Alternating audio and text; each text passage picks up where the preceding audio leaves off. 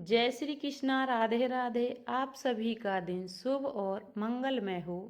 भगवान श्री हरि विष्णु की कृपा आप सभी श्रोताओं पर सर्वदा बनी रहे। इसी मंगल कामना के साथ आज की वीडियो का शुभारंभ करती हूँ। वैकुंठ चतुर्थी का व्रत कार्तिक मास के शुक्ल पक्ष की चतुर्दशी को रखा जाता है। वैकुंठ चतुर्दशी पर भगवान शिव और श्री हरि विष्णु का मिलन होता है। इस दिन को हरिहर मिलन कहा जाता है। इस मिलन पर दोनों ही भगवान को एक दूसरे की पसंद की वस्तुएं अर्पित की जाती हैं। भगवान शिव और विष्णु की एक साथ वैकुंठ चतुर्दशी पर पूजा होती है।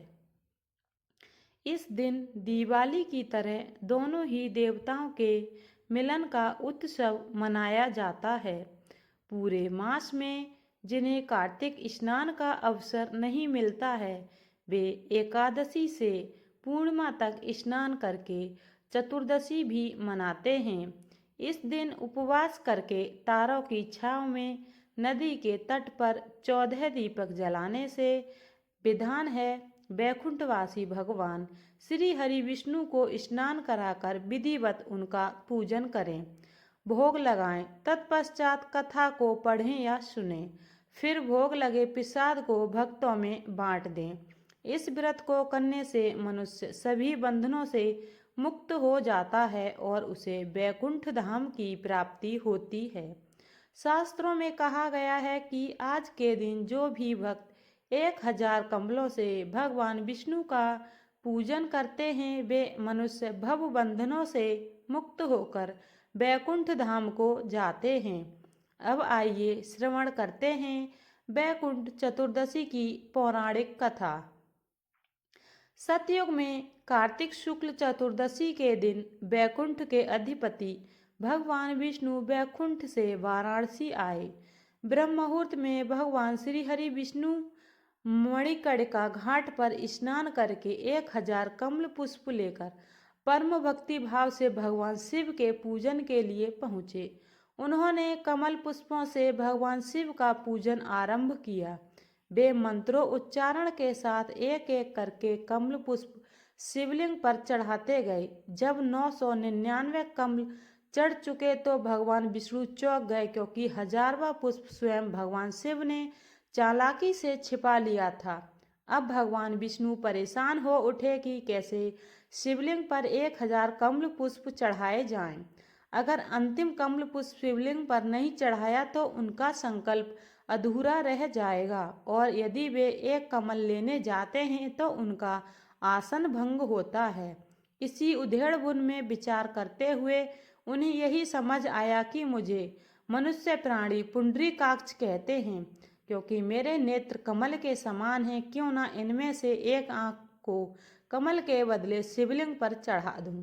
ऐसा विचार करते हुए उन्होंने तुरंत अपनी आंख निकालकर भगवान शिव को अर्पित कर दी। यह देखकर भगवान शिव अत्यंत प्रसन्न हुए। विष्णु की इस अगाध भक्ति से प्रसन्न होकर देवादिदेव महादेव प्रकट होकर बोले, हे विष्णु, तुम्हारे समान संसार में कोई दूसरा मेरा भक्त नहीं है। यह कार्तिक शुक्ल चतुर्दशी अब वैकुंठ चतुर्दशी कहलाएगी। आपकी भक्ति से प्रसन्न होकर आज मैं आपको तीनों लोकों का राज्य देता हूँ। अब इसके पालक आप होंगे।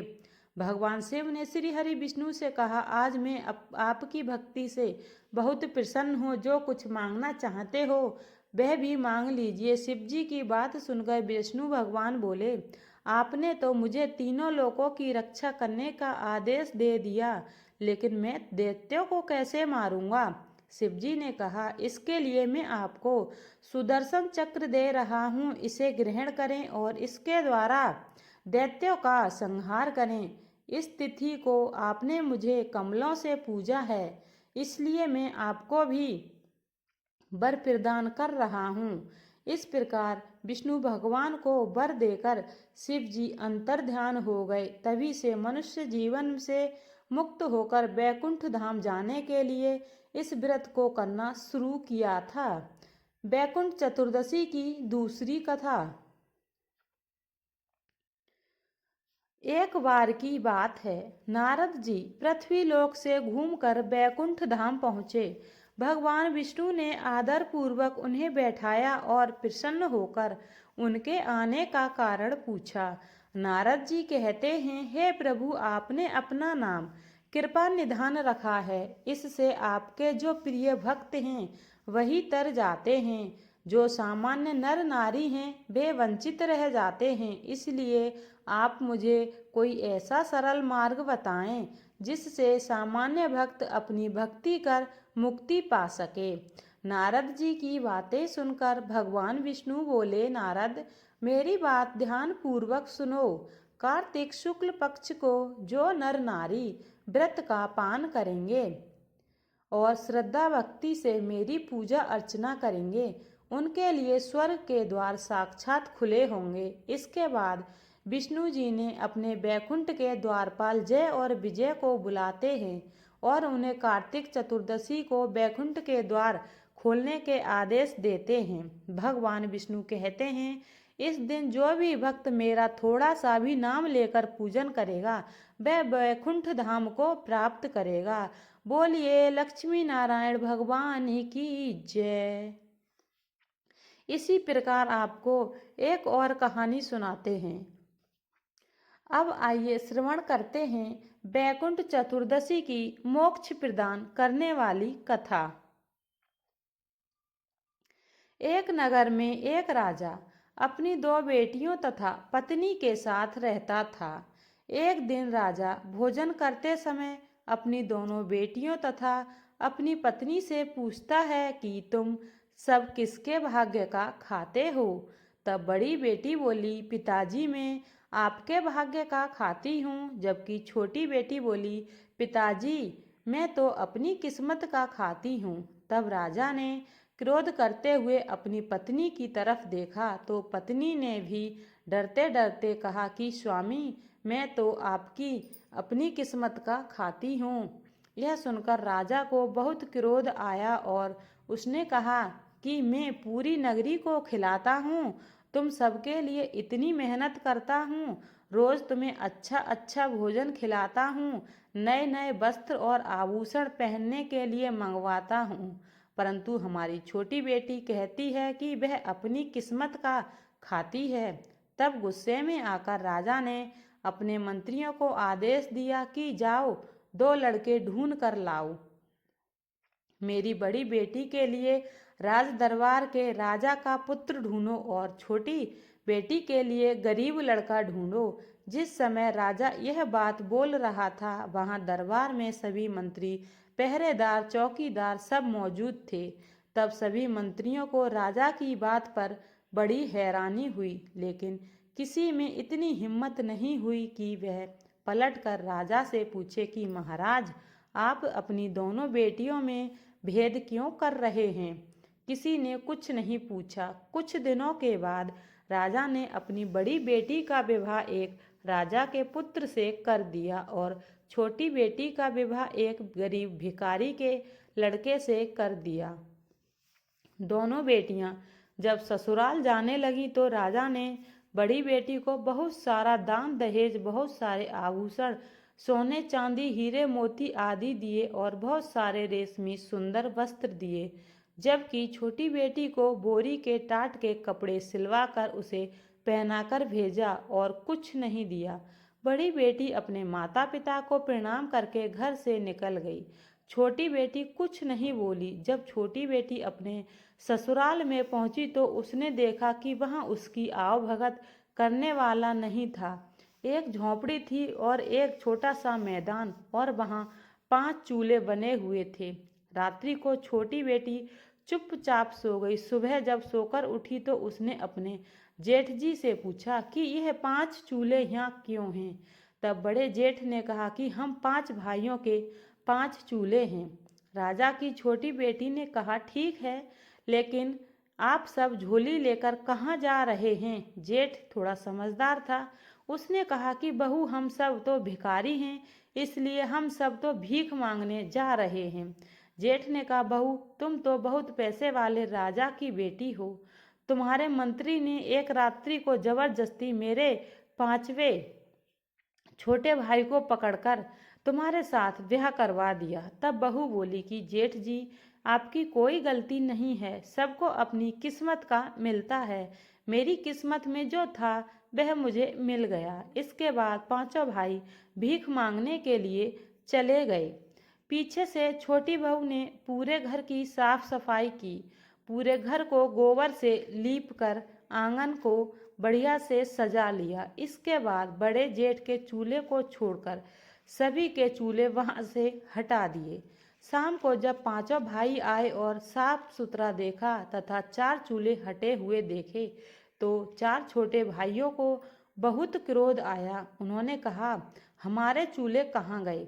तब नई बहू बोली कि आज से हम एक ही चूल्हे पर भोजन बनाएंगे और मैं खाना बनाऊंगी और आप सब खाइए। यह सुनकर सबको बहुत अच्छा लगा।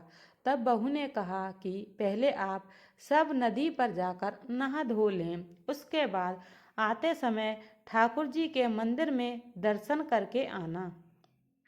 यह सुनकर छोटे चारों भाइयों को बड़ा क्रोध आया, लेकिन जेठ थोड़ा समझदार था। उसने कहा, जैसा बहू कह रही है हम सब वैसा ही करेंगे। आज से पहले कभी भी पांचों भाई नहाए नहीं थे। चारों भाइयों ने नहाने के लिए मना किया, लेकिन बड़ा भाई समझदार था। उसने कहा, जैसा बहू कह रही है हम सब वैसा ही करेंगे।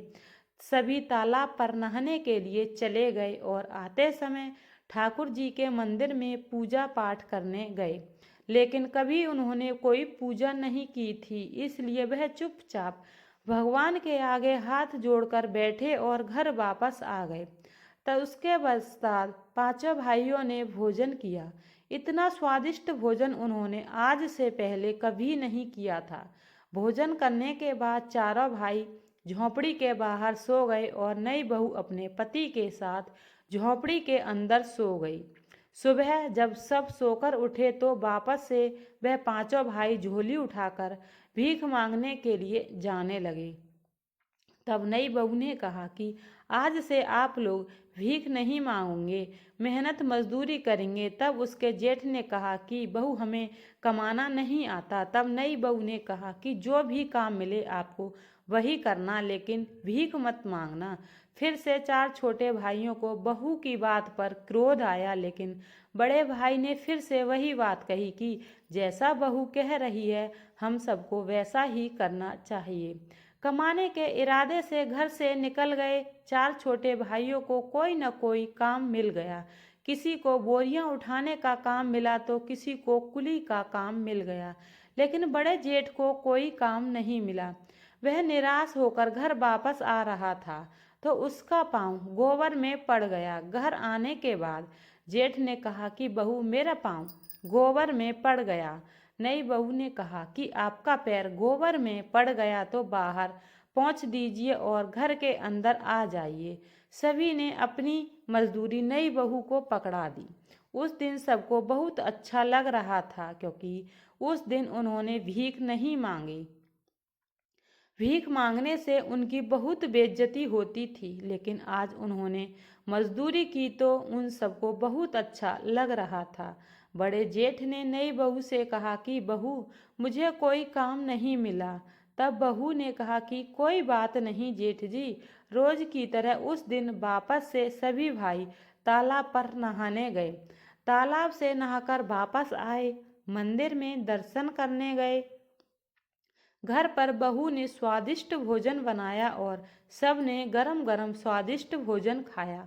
उसके बाद सो गए। दूसरे दिन वापस वह कमाने के लिए निकल गए। उस दिन भी 4 छोटे भाइयों को कोई ना कोई काम मिला, लेकिन वापस बड़े जेठ को कोई काम नहीं मिला। उस दिन भी बड़ा जेठ बहुत दुखी और उदास हो गया कि वह सोचने लगा, मैं नई बहू को आज क्या जवाब दूंगा। जब जेठ घर आ रहा था तो रास्ते में उसे एक मरा हुआ सांप मिला। देखने पर सांप को उठा लिया और आते ही उसने बहू से कहा कि बहू, मुझे ये रास्ते में मरा हुआ सांप मिला, इसका क्या करूं? तो बहू बोली कि आप इसे झोंपड़ी के ऊपर फेंक दीजिए। इस तरह उनके दिन मज़े से निकलने लगे। उनके घर में अन्न धन के भंडार भी भरने लगे। सभी मेहनत मजदूरी करके कमाने लगे। एक दिन उस नगर के महारानी को बेशक कीमती हार चील लेकर उड़ गई। सारे राज दरबारी, पहरेदार और चौकीदार उस चील के पीछे पीछे भागने लगे, लेकिन सब बेकार। जब वह चील उन पांचों भाइयों की झोंपड़ी के ऊपर से उड़ रही थी तो उसने वहां मरा हुआ सांप देखा। तो चील ने रानी का हार वहीं गिरा दिया और सर्प को लेकर उड़ गई। उधर नगर में राजा ने ढिढोरा पिटवा दिया कि जिसे भी रानी का वह बेशकीमती हार मिले वह लाकर महाराज के दरबार में जमा कर दे, तो वह मुंह मांगा इनाम ले जाए। शाम को सभी भाई मेहनत मजदूरी करके वापस आए। झोंपड़ी में आए तो बड़े जेठ की नज़र झोंपड़ी के ऊपर चमकती हुई चीज पर पड़ी। बड़े जेठ ने चमकती हुई चीज को उतार कर देखा तो वह बेशकीमती हार निकला। जेठ ने वह हार लाकर नई बहू को दे दिया। तब नई बहू बोली, यह तो हार तो रानी का है, आप इसे ले जाइए, राजा जी को दे दीजिए। फिर जेठ ने वैसा ही किया। जेठ ने जाकर वह हार राजा को दे दिया। राजा हार देखकर बहुत खुश हुआ और बोला कि भाई, इसके बदले में तुम्हें मुंह मांगा इनाम मिलेगा। मैं तुम्हें सब देने के लिए तैयार हूँ। तब उसने राजा से बोला कि राजा जी, मुझे मांगना नहीं आता, मैं अपने भाई की पत्नी से पूछ कर बताऊंगा। राजा ने कहा, कोई बात नहीं, तुम पूछ लेना फिर बताना। जेठ घर आया। घर आने के बाद उसने नई बहू को पूरी बात बताई। तब बहू ने कहा कि जेठ जी, आप राजा के महल में वापस जाना और राजा से कह देना कि राजा जी, मैं चाहता हूँ कि बैकुंठ चौदस के दिन नगर में किसी के यहाँ भी दीपक ना जले और राजा राजमहल में भी अंधेरा रहे। तब जेठ जी वापस महल में गया। राजमहल में जाकर उसने राजा से कहा कि राजा जी, मुझे कोई इनाम नहीं चाहिए, बस आप बैकुंठ चौदस अर्थात बैकुंठ चतुर्दशी के दिन नगर में ये ढिढोरा पिटवा दीजिए कि कोई भी नगरवासी दीपक न जलाए, यहाँ तक कि राजमहल में भी दीपक न जलें। बैकुंठ चतुर्दशी के दिन पूरी नगरी में अंधेरा रहे। बिना कुछ सोचे समझे राजा ने कहा, कोई बात नहीं, अगर तुम्हारी यही इच्छा है तो एक दिन नगर में कोई दीपक नहीं जलाएगा और राजमहल में भी दीपक नहीं जलेगा। राजा ने पूरी नगरी में यह ढिंढोरा पिटवा दिया कि पूरी नगरी में बैकुंठ चौदस के दिन कोई भी दीपक न जलावे। दूसरे दिन बैकुंठ चौदस की रात्रि को किसी ने भी दीपक नहीं जलाया, यहाँ तक कि राजमहल में भी दीपक नहीं जला। लेकिन पांचों भाइयों की झोंपड़ी में नई बहू ने चारों तरफ दीपक जलाए, कहीं पर भी अंधेरा नहीं छोड़ा। माता लक्ष्मी के पग बनाए और एक थाल तैयार कर वह बैठ गई। जब बैकुंठ चतुर्दशी की रात्रि को स्वर्गलोक से माता लक्ष्मी मृत्युलोक में नीचे उतरी तो माता लक्ष्मी को उस नगर में सब जगह अंधेरा ही अंधेरा दिखाई दिया। केवल एक झोंपड़ी जगमगा रही थी। माता लक्ष्मी उस झोंपड़ी पर आईं और दरवाज़ा खटखटाने लगीं। अंदर से बहू ने कहा कि कौन है? माता लक्ष्मी ने कहा कि मैं इस घर की बेटी हूँ। बहू ने अंदर से कहा, हमारे घर में आपके लिए कोई जगह नहीं है, क्योंकि हमारे पास खुद के खाने की कमी है, हम आपको कहाँ से खिलाएंगे। थोड़ी देर बाद माता लक्ष्मी ने फिर से दरवाज़ा खटखटाया। बहू ने अंदर से पूछा, आप कौन हैं? माता लक्ष्मी ने कहा, मैं इस घर की बहू हूँ। तब भी नई बहू ने दरवाज़ा नहीं खोला। तीसरी बार माता लक्ष्मी ने फिर से दरवाज़ा खटखटाया। तब नई बहू ने कहा कि आप कौन हैं? माता लक्ष्मी ने कहा, मैं इस घर की बहू हूँ और 7 पीढ़ी तक इसी घर में रहूँगी। ऐसा सुनते ही नई बहू ने दरवाज़ा खोल दिया। जैसे ही माता लक्ष्मी ने झोंपड़ी के अंदर पाँव रखा तो उनका घर सुंदर महल बदल गया। नई बहू ने माता लक्ष्मी को बैठने के लिए चौकी दी। माता लक्ष्मी ने कहा कि मैं तो पैसे वाले अमीर सेठ के घर में नहीं बैठूंगी। लेकिन नई बहू ने माता लक्ष्मी का हाथ पकड़कर चौकी पर बैठा दिया, क्योंकि चौकी पर बैठते ही माता लक्ष्मी ने साक्षात दर्शन दिए। तब नई बहू माता लक्ष्मी के चरणों में गिर पड़ी। कुछ देर बाद नई बहू ने माता लक्ष्मी की आरती उतारी। फिर क्या था, माता लक्ष्मी की कृपा से उनका घर धन धान्य से भर गया।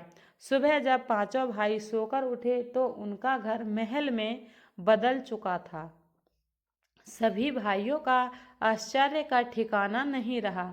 माता लक्ष्मी की कृपा से धीरे धीरे वे नगर के सेठ कहलाने लगे और उनके भाई की पत्नी सेठानी कहलाने लगी। सब तरफ उनका कारोबार फैल गया। हर जगह उनकी चर्चाएं होने लगीं। पांचों भाई कैसे मजदूरी करते थे और उनके दिन बदलने लगे। इसके बाद वे केसर कस्तूरी का व्यापार करने लगे। उनका घर धन धान्य से भर गया। लक्ष्मी माता की ऐसी कृपा हुई कि उन पांचों भाइयों के पास नौकर चाकर हाथी घोड़े सब हो गया। बड़ी बहन के घर में सब कुछ ठप्प हो गया। कारोबार में घाटा लग गया। उनके यहाँ एक समय की रोटी के भी लाले पड़ने लगे। उन्हें अपना सब कुछ बेचना पड़ा। बड़ी बहू के सास ससुर ने अपनी बहू से कहा कि तुम तो कलंकिनी हो, तुम्हारे आते ही हम बर्बाद हो गए, और उन्होंने अपनी बहू को घर से निकाल दिया। बड़ी बहू अर्थात राजा की जो बड़ी बेटी थी, वह रोती हुई अपने पिता के घर आई। बड़ी प्यारी लाडली बेटी को ऐसी हालत में राजा ने देखा तो राजा बहुत दुखी हुए और राजा ने अपनी बेटी से सारा हाल पूछा। बड़ी बेटी ने रोते रोते अपना सारा हाल अपने पिता को कह सुनाया। तब राजा ने मन ही मन सोचा कि मैं अपनी बेटी के लिए इतना देखभाल कर घर भर ढूंढा था, इसकी ऐसी हालत है तो छोटी बेटी की क्या हालत होगी। पता नहीं वह जिंदा भी होगी या नहीं।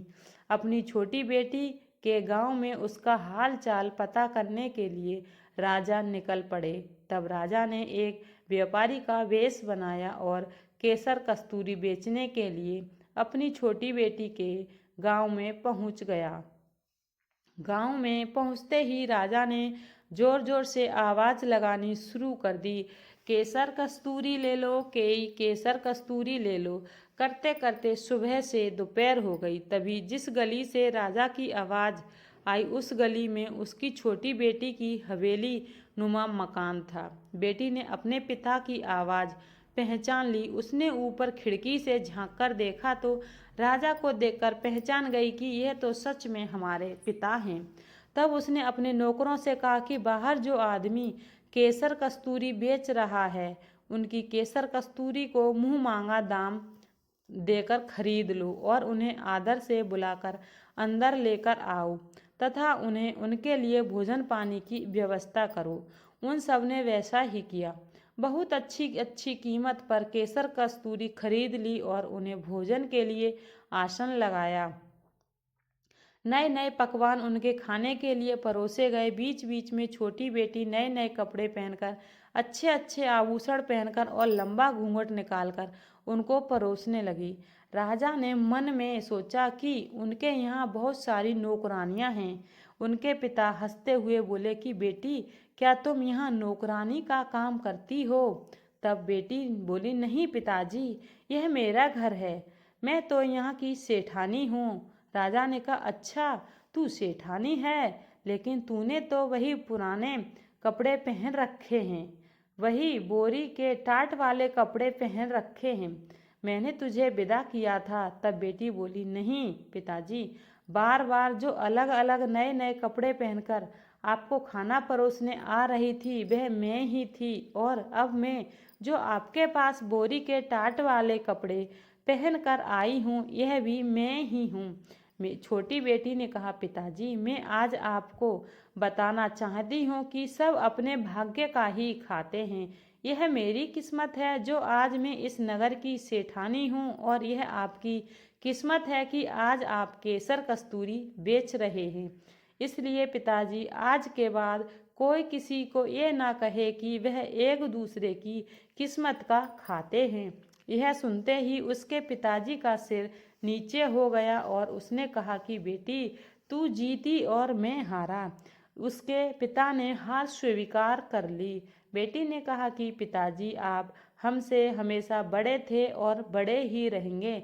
मैं तो सिर्फ आपको इतना बताना चाहती हूँ कि सभी मनुष्य अपनी किस्मत का ही खाते हैं, कोई किसी की किस्मत का नहीं खाता है। इस तरह आज मैंने आपको बैकुंठ चतुर्दशी की एक पूरी कहानी सुनाई। आशा करती हूँ यह कहानी आपको ज़रूर पसंद आई होगी। अगर आपको वीडियो पसंद आई तो आप वीडियो को लाइक शेयर अवश्य कीजिए। चैनल पर नए हैं तो हमारे चैनल को सब्सक्राइब जरूर कीजिए। आपको इसी तरीके की वीडियो, धार्मिक कथाएं इस चैनल पर सुनने को मिलती रहेंगी। जय श्री कृष्णा। राधे राधे।